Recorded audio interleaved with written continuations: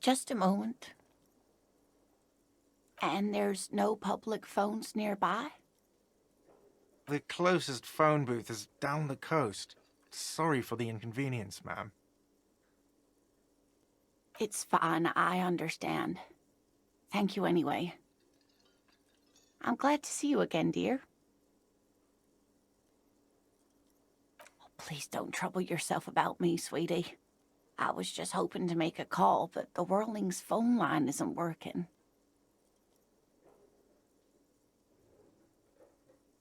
The union office probably has a phone, but I can't really get there, or to the phone booth down the coast. And Gary's phone is dead too. The manager was vague about it. To let the young woman who's house-sitting for us know that we may be delayed. Morel, my husband, and our friend Gary were supposed to get back by Monday night, but they're still missing, and I haven't heard from them. I was also hoping she'd heard from Morel. That's just it. This isn't like him at all. He always plans his expeditions so carefully. A cold breeze hisses through dense thickets of reeds. Something sweet in it, somnolent. A damp chill goes down your spine. When you look around, you're still in the whirling in rags. But you have more important things to worry about.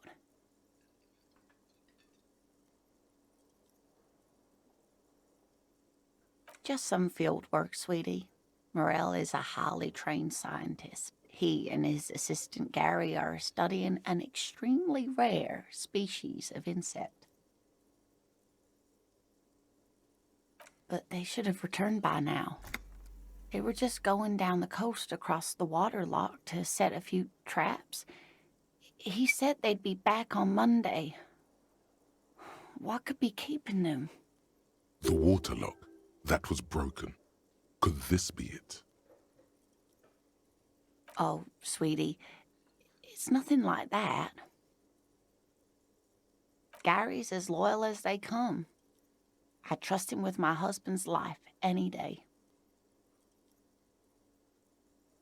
Oh my, what happened to the water lock? Well, whatever the cause, I'm thankful. To both of you. You've spared me another sleepless night. You're welcome, ma'am. I hate to ask, but if your investigation takes you to the other side of the coast, please do keep an eye out for my husband. This will surely lead to a cryptozoological mystery with that extremely rare insect. And if you see him, let him know Lena is waiting for him here at the Whirling. He gets so tangled up in his work that he may not know the water lock's been repaired, and it's cold out there. Oh, you're such a dear. Thank you, sweetie.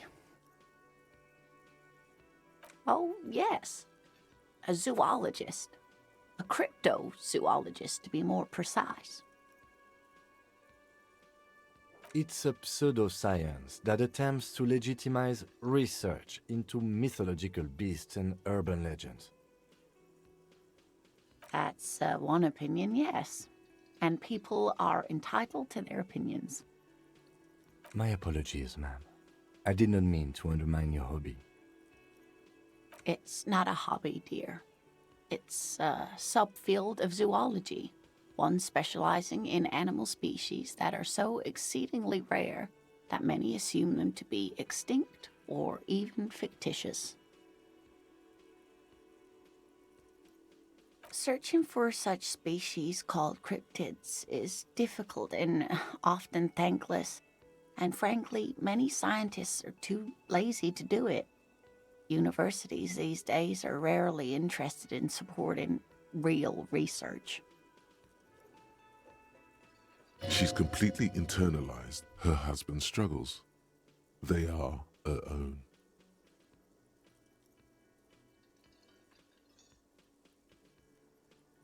Oh dear, I'm not sure where to begin. Well, his expression is slightly grumpy, but his eyes are always bright and curious, like a small boy's. And his palms are quite coarse from all the field work, but he's quite gentle.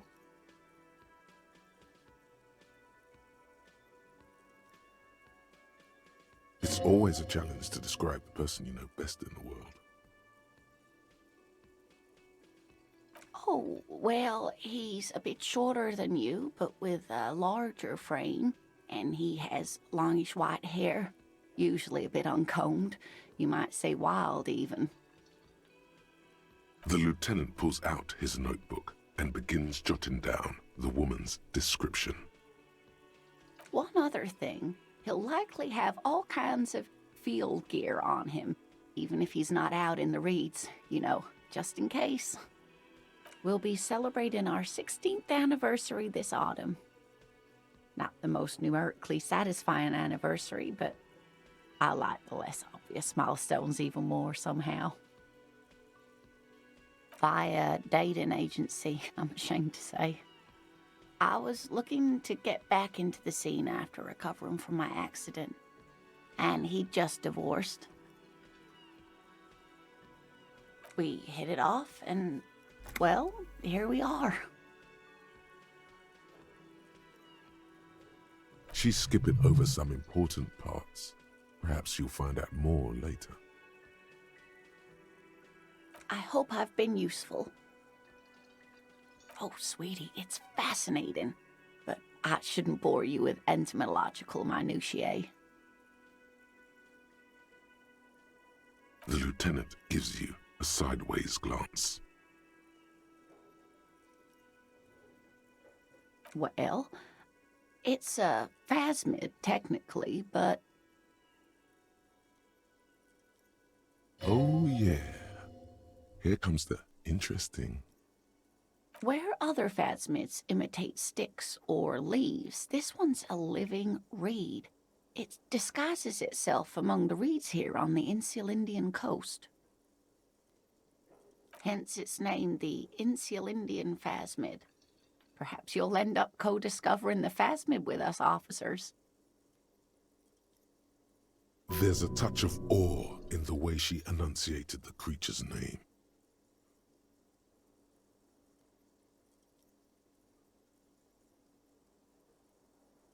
I knew it.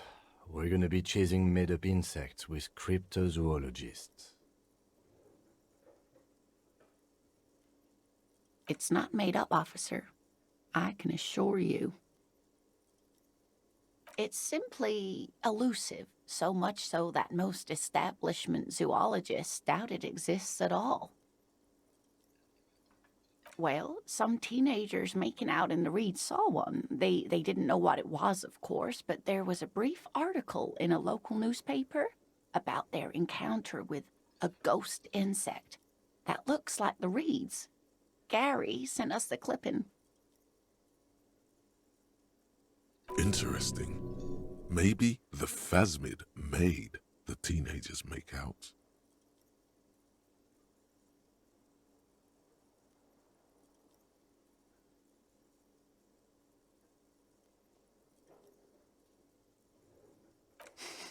I doubt it.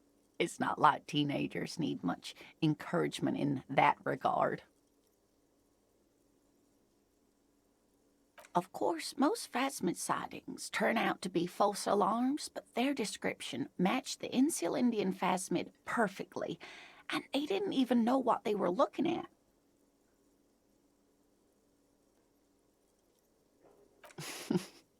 Not at all. Why else would it hide itself so carefully? Oh, I doubt it. No one gets into cryptozoology for the money, sweetie. Yes, it can blend in almost perfectly among the reeds. It's how it stayed hidden all these years, centuries even. Oh dear, I'm afraid I'm not explaining this very well. It is very special. Morel can explain it all much better. I wish you could hear him describe it. Then you'd understand, I'm sure.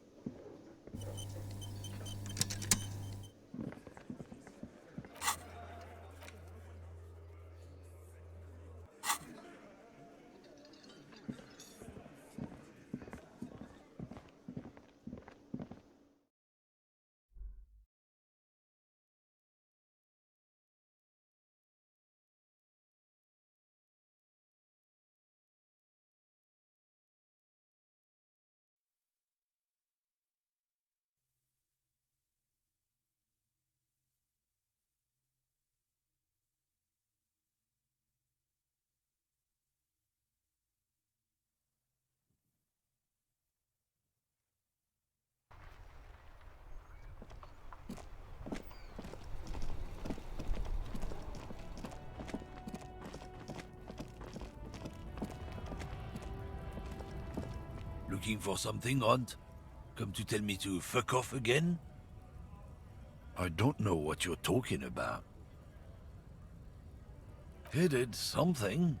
He stole his employer's goods and another lorryman's job. You should be thankful for the tip. He's been expecting this. He's really puffed himself up. Listen up, fuckwits. You don't scare me. You cops don't run Revachol West. You don't run Martinez. You don't run anything. No. He means La Puta Madre. The name resounds like a bell in the air, a dark gong. You get a bad feeling about it. Looks like the lieutenant has a plan. Let him do this. Yeah, him. Then I presume you are familiar with his peonies. Yeah, they're his little bitches. He's got them all over the unions. Not just the unions. He has peonies everywhere. Some say he even has them in the RCM. Dirty fucking peonies who'd do anything for him. Multi-ethnic drug addicts. You're not peonies. You wouldn't be investigating a drug thing if you were. No, of course not. We are not peonies. But if we were, and one of Madre's drivers were to be stealing from him, then it's a good peony's job to find out who that is. It's not a hard job. It won't take a long time. It won't make Padre Madre angry. But a stupid fucking racist is standing in the way, protecting this fucking thief. I'm not scared of you or the mob. I'm under the protection of the Lorryman and Carters Guild. You've seen that corpse in the ceramic armor there. Did his shitty little guild protect him? Nah, you wouldn't just leave him out there if you... The lieutenant turns and gives you a barely perceptible nod. I've softened him up as best I could. Now it's on you to finish the job. Men like this only respect two things: strength and fear. Time to turn up the volume. Fuck you, I told you. I'm not gonna... There. His voice grows smaller as yours.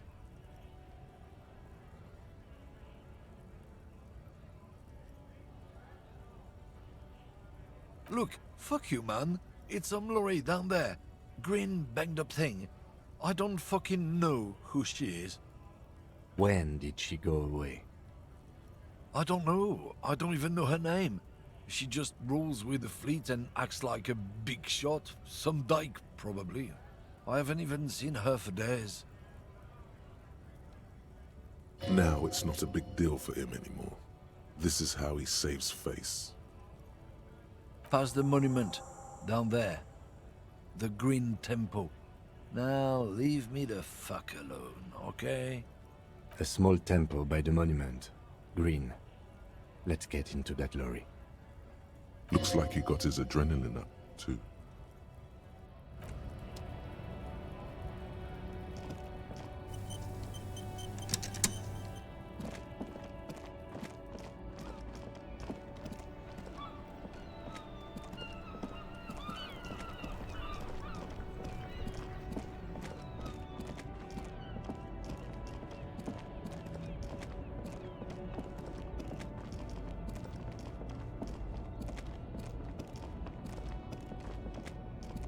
This screen found, A to Z, Contemporain, is parked in the shadow of the ruins looming overhead. It's seen better days. This must be the one he told us about, unless he was lying. The glass on the side windows is tinted and covered with dust. You can barely make out the shape of the seat and 2 steering levers. The door is locked. The handle looks shiny, like it's recently replaced. Use the pry bar to smash the window. Open it from the inside. This has been hard enough. No need to make it any harder.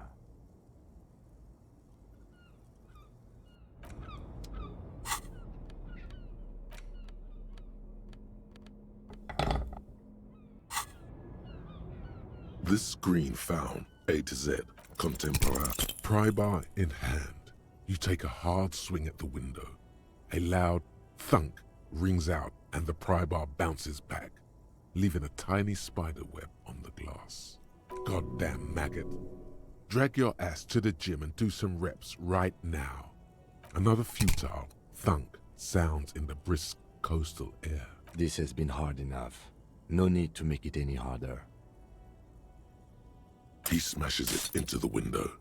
Droplets of glass fly everywhere, shattering over the lorry floor and pavement.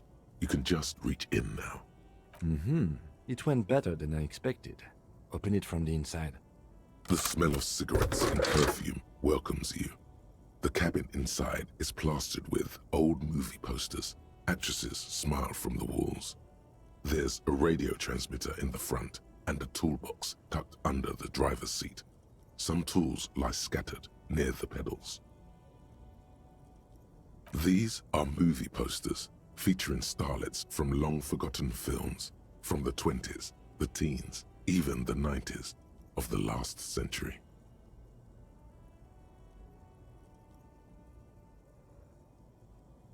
One of them particularly catches your eye, a centerfold of an ingenue attached right above the back seat.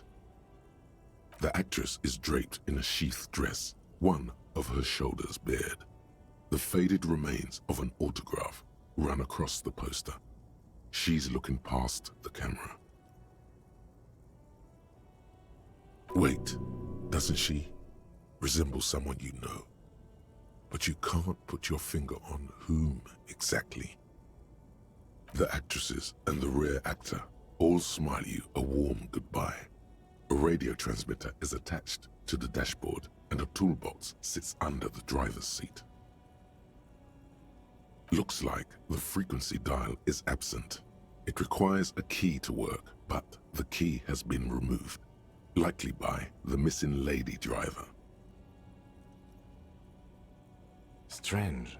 There are so many radio stations saved here. Must be over 100 at least. Doesn't look like it. It's completely inoperable without a dial key. For contacting an entire fleet of lorrymen, for example. This is all shortwave, UW and UKV. Looks like we are dealing with an impressive organizational tool. The nerve center of a huge operation, with quite a range too. The smell of 1,000 cigarettes, some dead actresses, and a rusty old toolbox under the seat.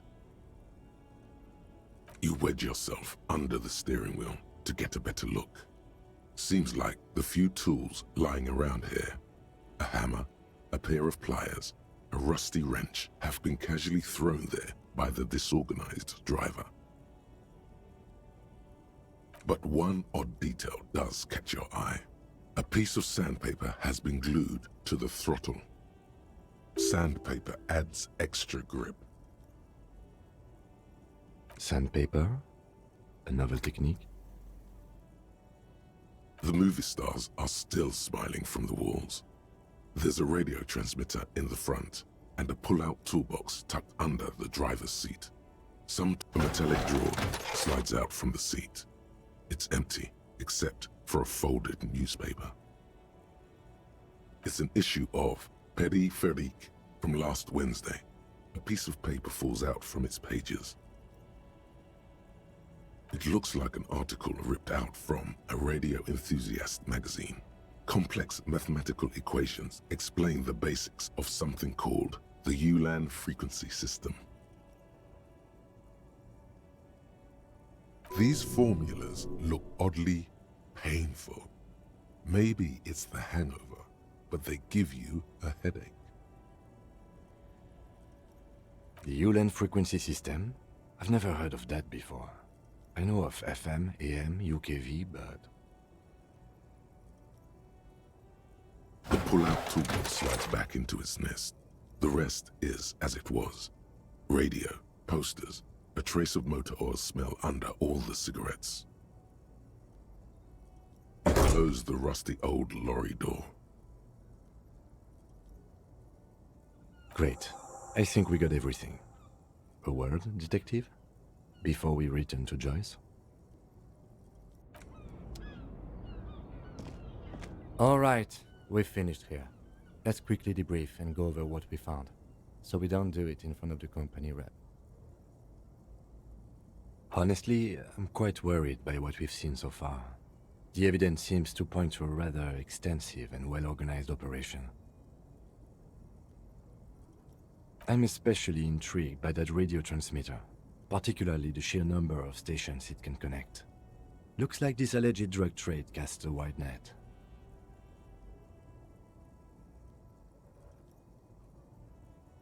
I'm not sure what the Ulan frequencies are all about, but they may hold some significance. Perhaps it's a better way to connect between fleets while avoiding frequency bleed, or maybe it's used to tap into RCM networks.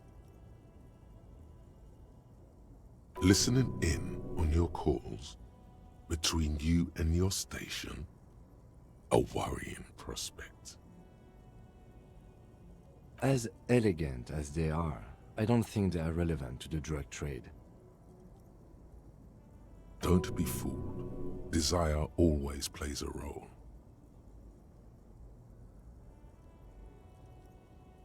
Yes, well...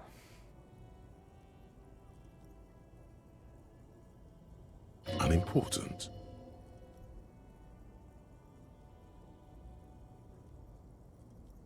We didn't find anything conclusive linking them to the smuggling operation.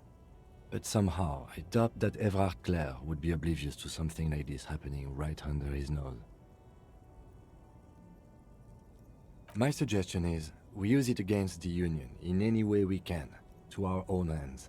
It's a slippery hill, but we just might be able to pin them down, indirectly, down the road. We should return to the murder case, see what Joyce tells us about the lynching. When we are done for the day, I call my station and suggest our narcotics department look into it.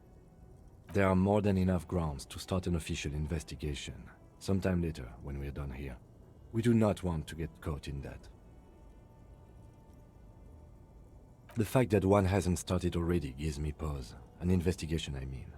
Especially if the Madre grouping is involved, and I can't imagine they aren't. It's certainly worrisome.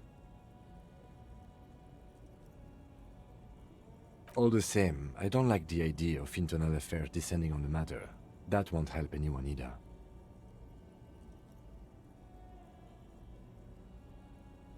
Debrief over, after you.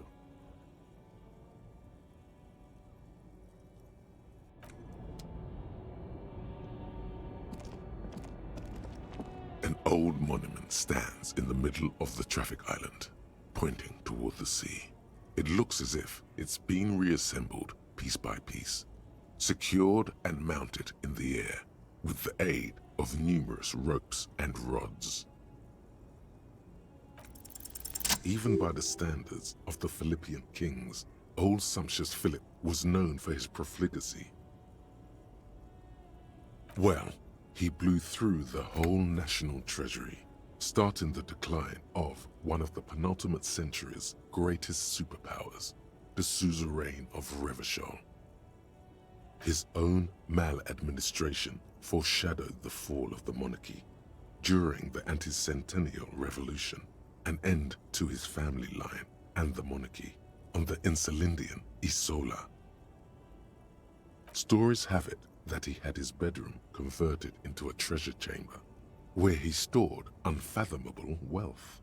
Krugerrands, bars of gold, ornate weaponry, armor, and various chalices. He called it the Sol Auron. It was obscene. There were whispers he slept on a huge pile of gold-dipped feathers, like some obese dragon, instead of a bed, like a normal person. But wait, you haven't even heard about his fabled cocaine addiction. You see, old Philippe wasn't just good at squandering the national treasury on gold and ceremonial weaponry, he was also a prodigious snorter of nose candy. Not just any nose candy, though. We're talking Royal Philippian Blow, allegedly twice as potent as the stuff you find nowadays, and purple. Philippian cocaine was purple.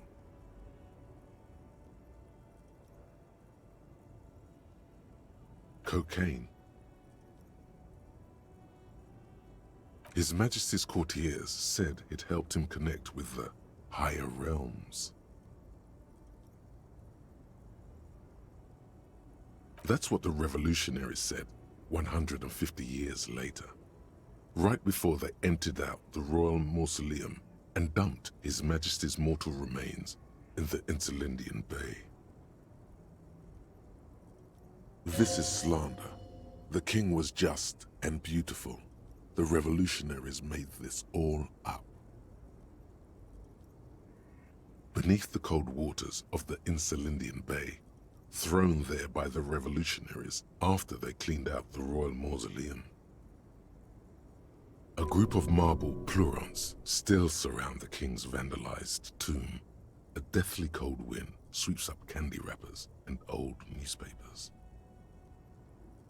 The original was blown apart by communards, then further damaged during the landing of the coalition's airships during the turn-of-the-century revolution, when Martinez was leveled. Some years ago, a group of liberal, artistically inclined individuals, designers mostly, thought it would be ironic to restore the statue of the most wasteful ruler of Revachol in the poorest part of the city. The statue is supposed to capture the moment it was blown apart, like an instant frozen in time, a rare butterfly trapped in amber, floating on a sea of shit. People in Martinez tend to disagree, as do many prominent art critics and thought leaders with more nuanced social awareness than the young ironists. Philip III, the Squanderer, however, with his bronze face up in the air, doesn't seem concerned about what the hoi polloi think of him in death.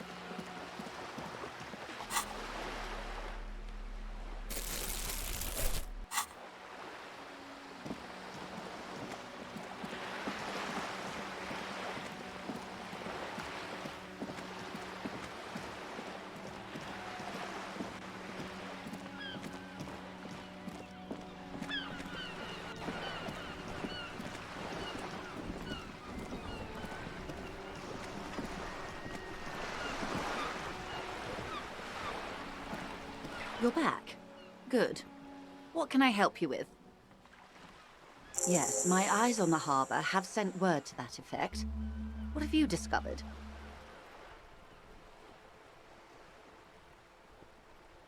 It doesn't really matter. And I do apologize for the surveillance. Wild Pines can't afford to be blind at a time like this.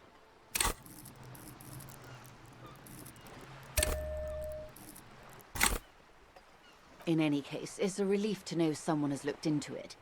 If I may ask, will there be an official investigation? I assume you discovered there is an operation. The lieutenant is about to interject. Cut him off.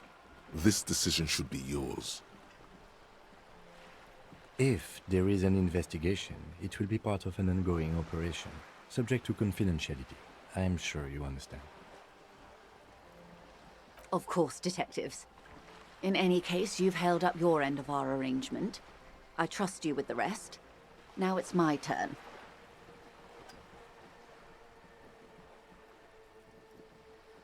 I wouldn't normally break protocol like this, but the situation demands it. If you don't solve this murder, I'm afraid we may have a bloodbath on our hands. The words bloodbath sound cold in her mouth. They taste of iron and strawberries. Yes. I'm afraid this strike may descend into a small-scale civil war, with possible consequences for all of Rivershoal West. Since you are sharing, ma'am, this is also the RCM's worst-case scenario. Then we're on the same page, as grim as it may be. I have an indirect role to play, I'm sad to say. My employer experienced a momentary lapse of faith in me. In that moment, they elected to deploy a private military contractor as an insurance measure. They called it my security detail. They were dispatched after I relayed the Union's initial offer.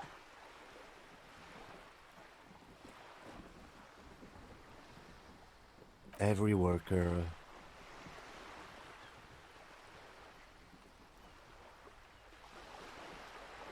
A member of the board. I tried to convince my employer it was simply a piece of rhetoric, or a joke. They did not appreciate the humor. Absolutely not. These mercenaries are muscle, pure and simple. They are meant to intimidate the Union into surrendering. Who are they, exactly? Crenell, an Oronese military company. As far as I know, 3 arrived in Martinez. They report to me sporadically, but they do not answer to me. To be frank, our relationship is deteriorating. They wear ceramic armor, have semi-automatic weapons, and years of combat experience. They also have trauma and stressor disorder, and no idea how to conduct themselves in an urban civilian environment. So, what happened? The story is, one of them, the Colonel, I don't know his real name, sexually assaulted a local woman while he was drunk and separated from his unit. This allowed some of the more militant Union members to subdue him.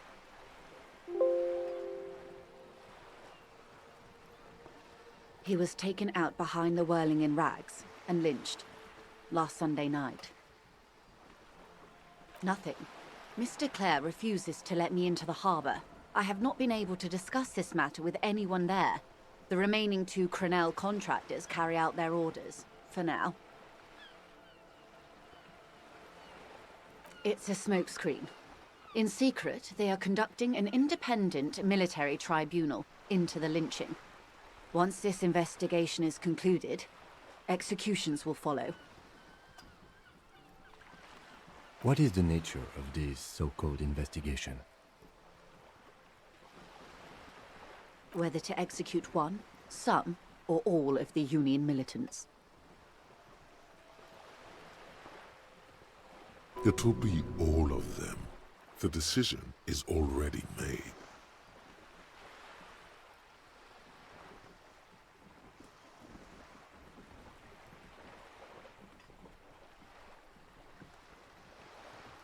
Surely you're joking. These people are killers. My only hope is that yours provides a single, concrete suspect before they indiscriminately pick theirs. Simply put,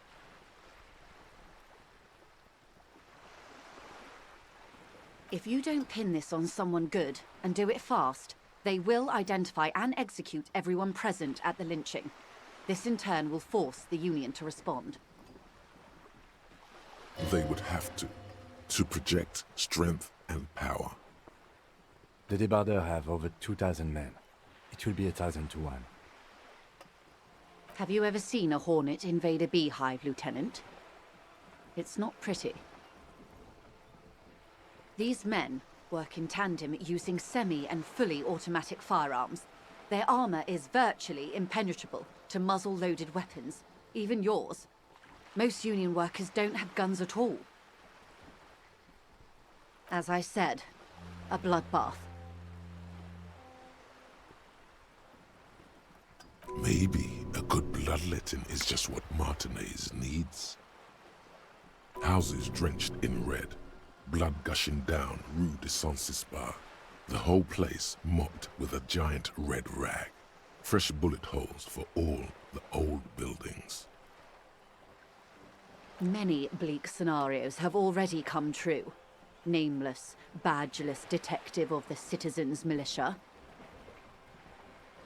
All we can do is keep the rest from going the same way.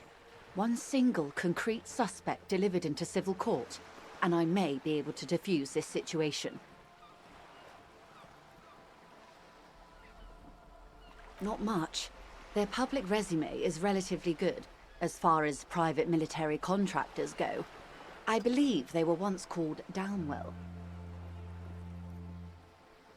They boast a long list of clients. Saint-Baptiste, Welchman-Lorenz, Eintracht.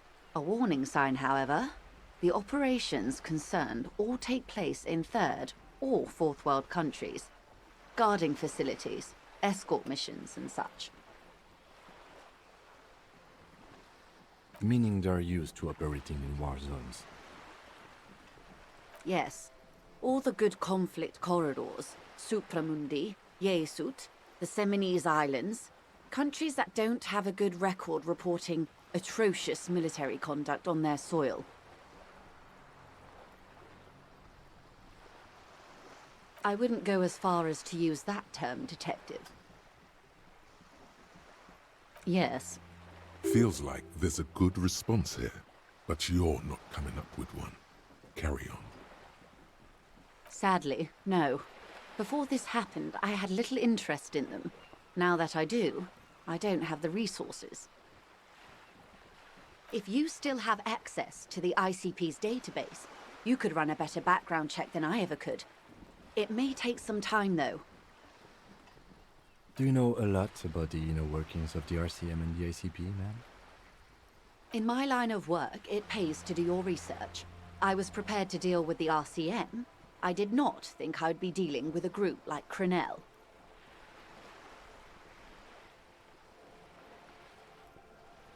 I have. And they will. However, these orders take time to reach what is basically a rogue unit out in the field here.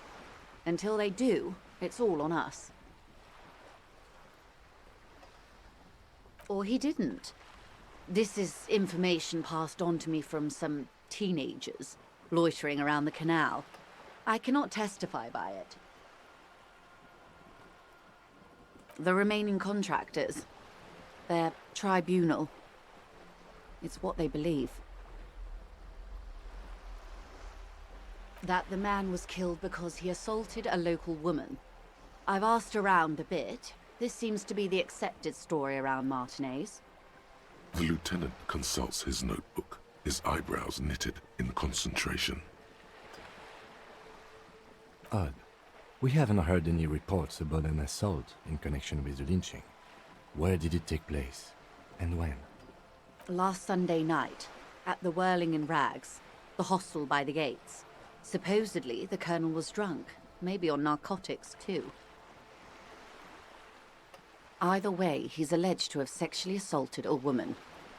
Sometime later, a group of dock workers got their hands on him. That's a good question, officer.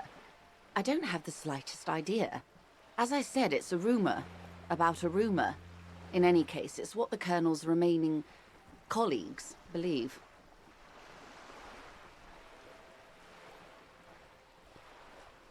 meet her soon enough, you feel? If you mean did I see him alive, yes. But I did not know him. Lerly, his service name, a nom de guerre, most likely. He wouldn't divulge his full name. Only one of them did. A bad sign if there ever was one.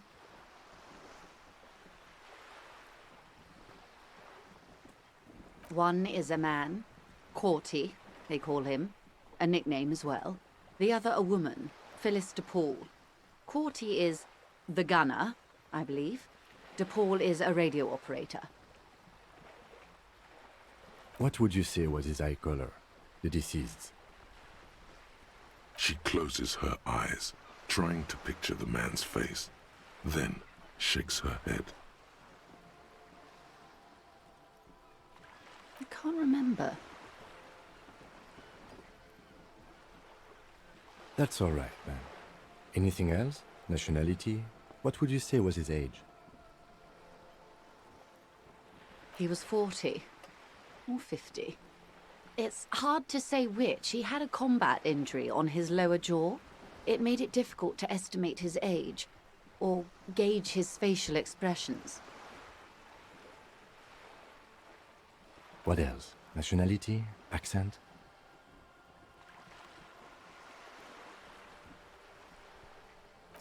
He was, Occidental, I think.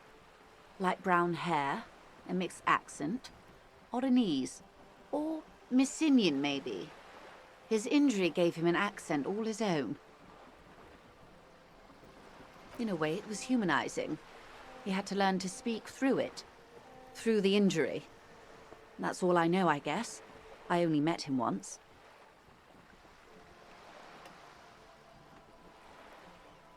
Must be hard to force your face to move in a new fashion.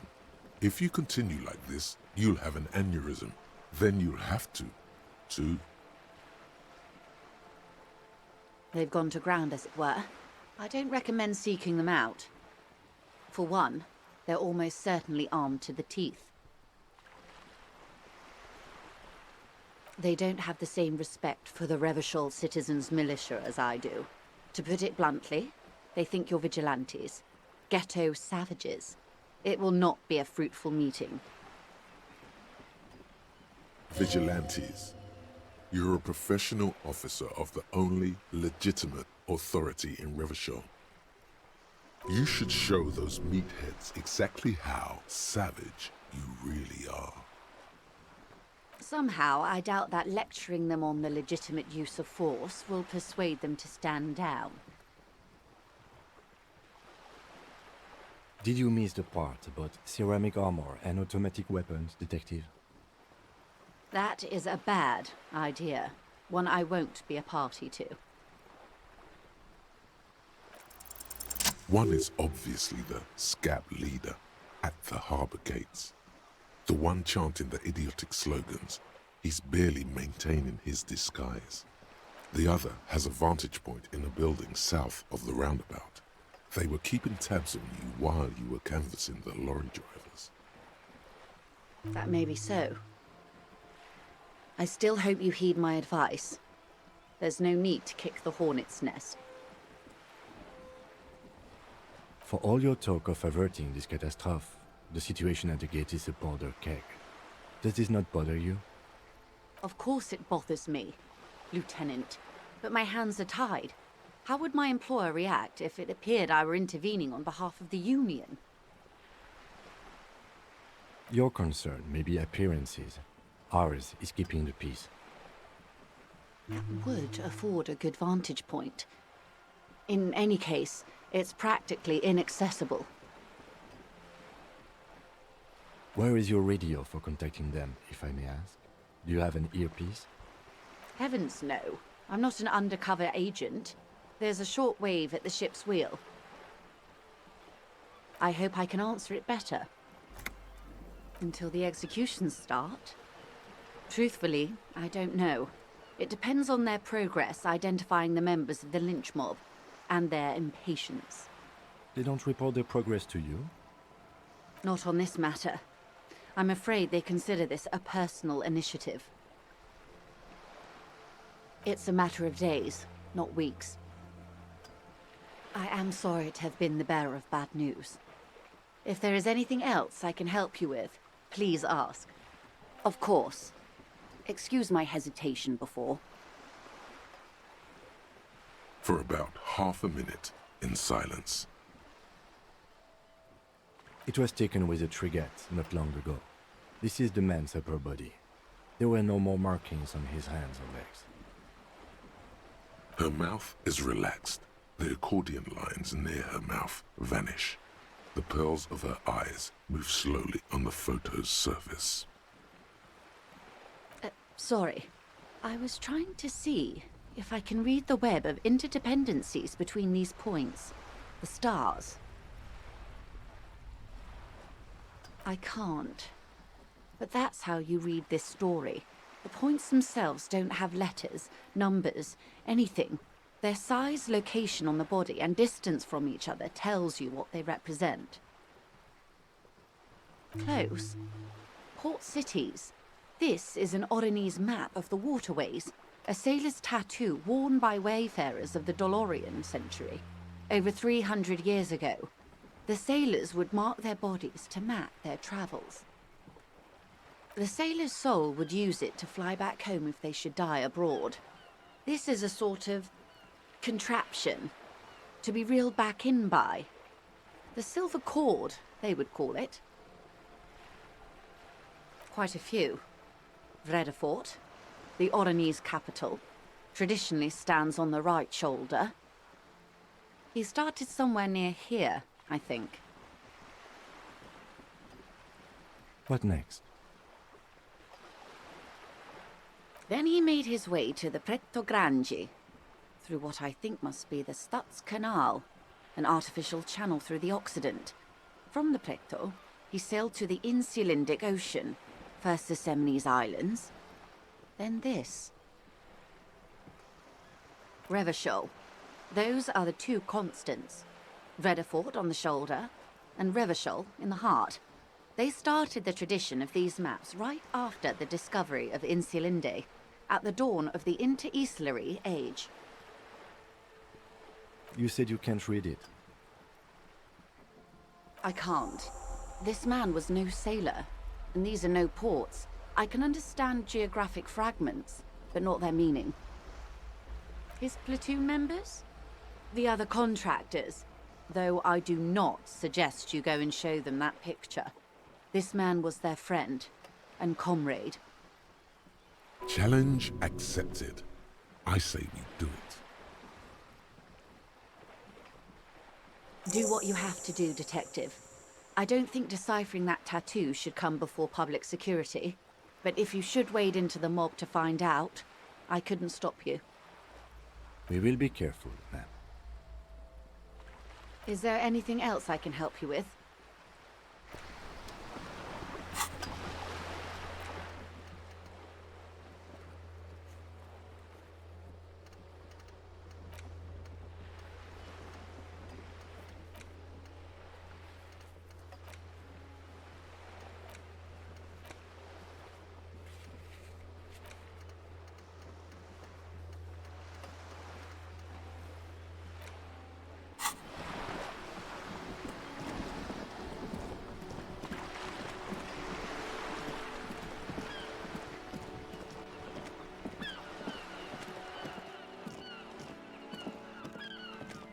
Hello again, officers.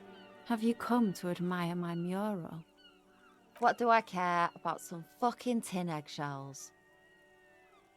Ugh, alright, sad piggy. I'll give you this one. I saw a little girl in the fishing village running around with military-grade handwear. Looked cute as hell. If you haven't been there, the village is a shithole down the coast from the main plaza. Have a good time! No. That's all the snitching Cindy the Skull does for today. Actually, I don't even know why I told you what I just told you. I have a weakness for animals. It's the animal thing again. Damn it. Or a weakness for police officers, miss. Thank you either way.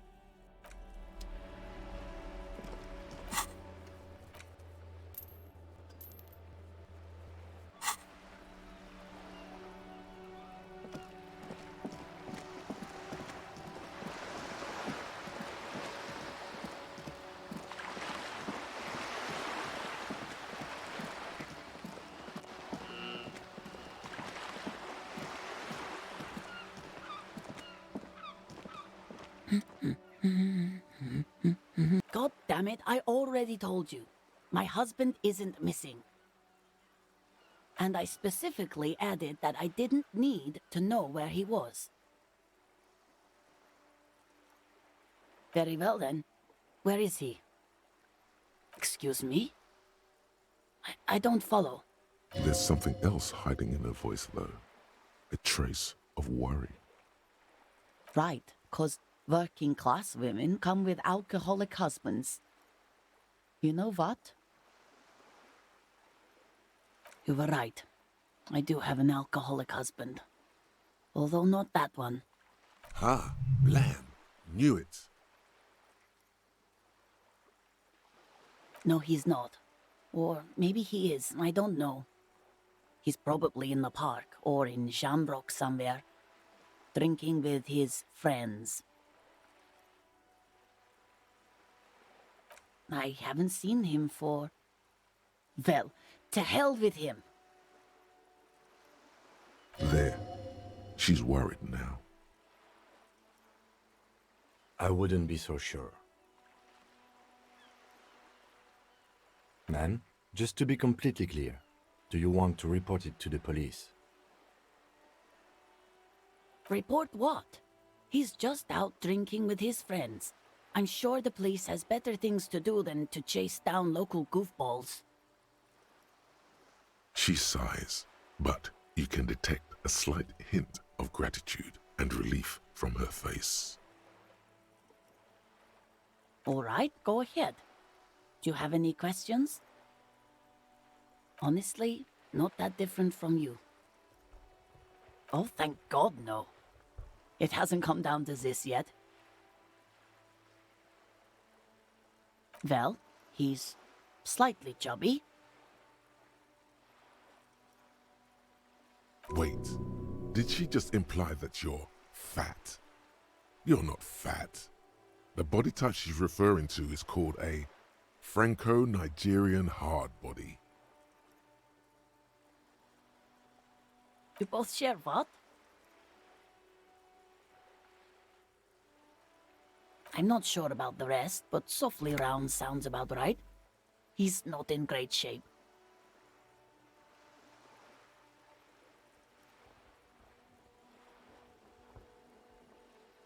What else? He was wearing a dark brown leather jacket with a bright blue inner lining. The lining is hand-sewn. It's his cool jacket. God knows it's too cold to run around in this, but he refuses to change. I even tried throwing it away once, but he just dug it out of the bin. Can you believe it?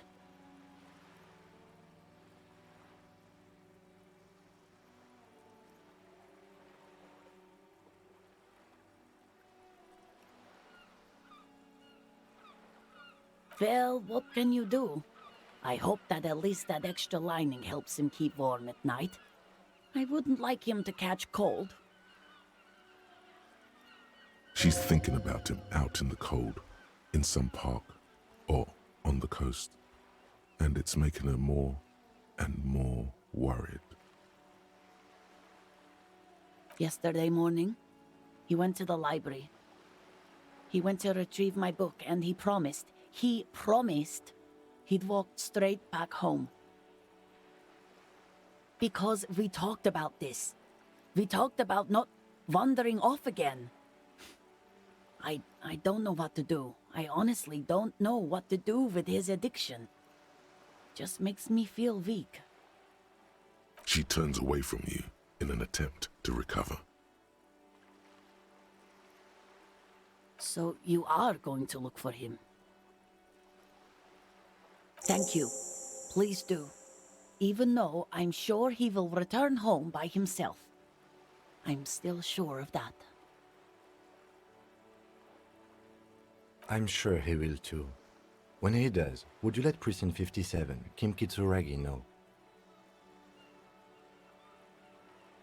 I will, of course, officer. As I said, it's probably nothing. I don't mean to disrespect, sir, but you are being a bit of a cockatoo here. For what it's worth, I agree. But cockatoos can't be stopped when they get ladies. Nothing. Go read up on them if you're so interested. There's a great book in the bookstore. Maybe you should. What if the cockatoo is your astral captain? Or your heraldic bird? Wonderful. The store is open.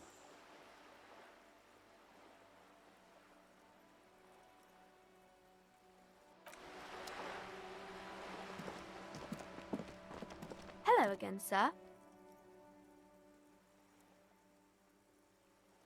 Oh, that's Auntie Billy. She's nice if a bit distressed. No, no, sir. She's a working woman who comes to look at the books a lot. I think she is a bad husband. Not very nice or helpful.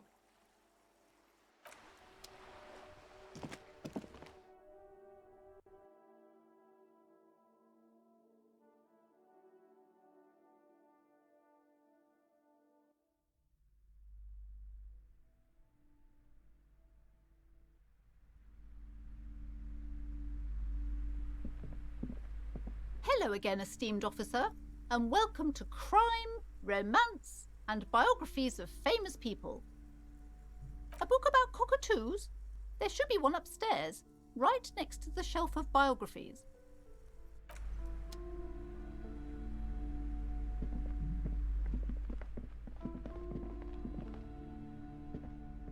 Shelves filled to the brim with crime novels featuring the supposedly stalwart Vespertine.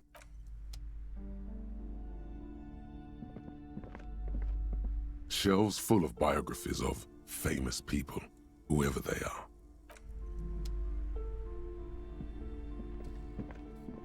This bookstore is not strictly about crime, romance, and biographies of famous people. There's also a wide range of paranatural literature. Several maps have been attached. The maps look old and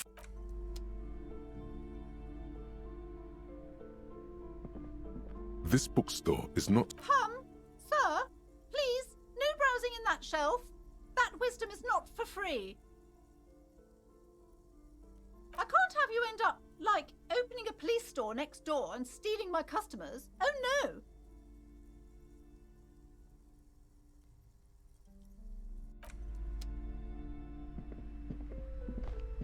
Shelves full of biographies of famous people, whoever they are.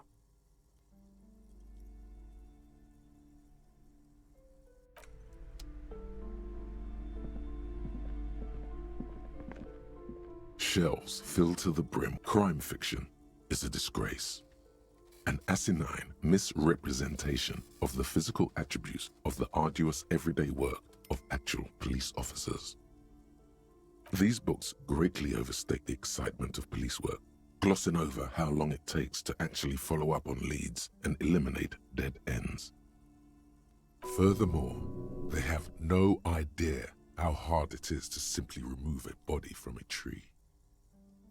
What's more, they completely ignore the psychological hardships of year after year coming into contact with people during the worst days of their lives.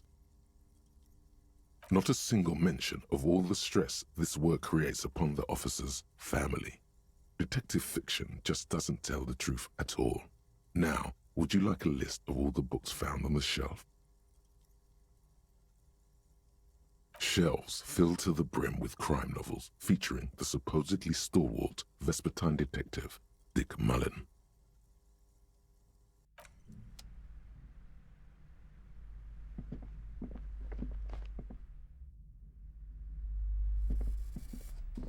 Shelves filled crime fiction. These books, furthermore, what's more, not a single. You see, a killing is declared. Yes, there's tragedy. After all this, you still haven't found the answer to the one question that your attempt to grasp at the answer fails. It seems very close by, pulsating just out of reach.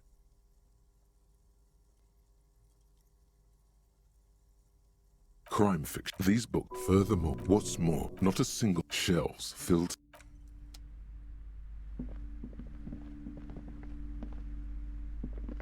Shelves full of A true cultural touchstone. Enjoy the... browsing. Suddenly, high-speed love. Next to Irv's, next to... I really must... I'm sorry, I did not...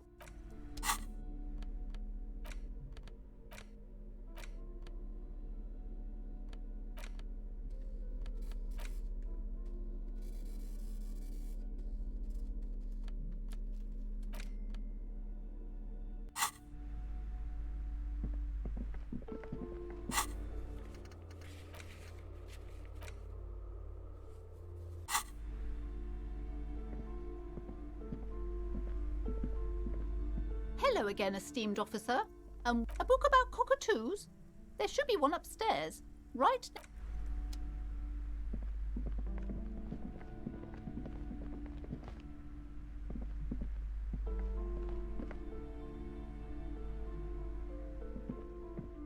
This bookstore is not strictly amidst the various. The point of the book, and many others on this shelf, is that it serves wholeness. When it's up to you, it's your own various paranatural book. Sir, I can't have you end up, like, opening a police... Shelves full of browsing. Suddenly, high speed. Next. I'm sorry, I did...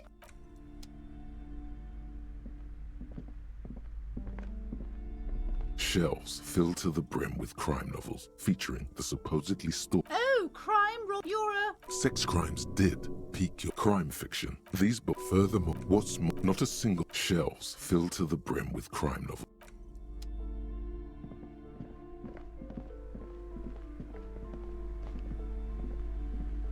A small mountain of colorful board game boxes. There are numerous types of games for all ages. A lot of shelf space seems to be taken up by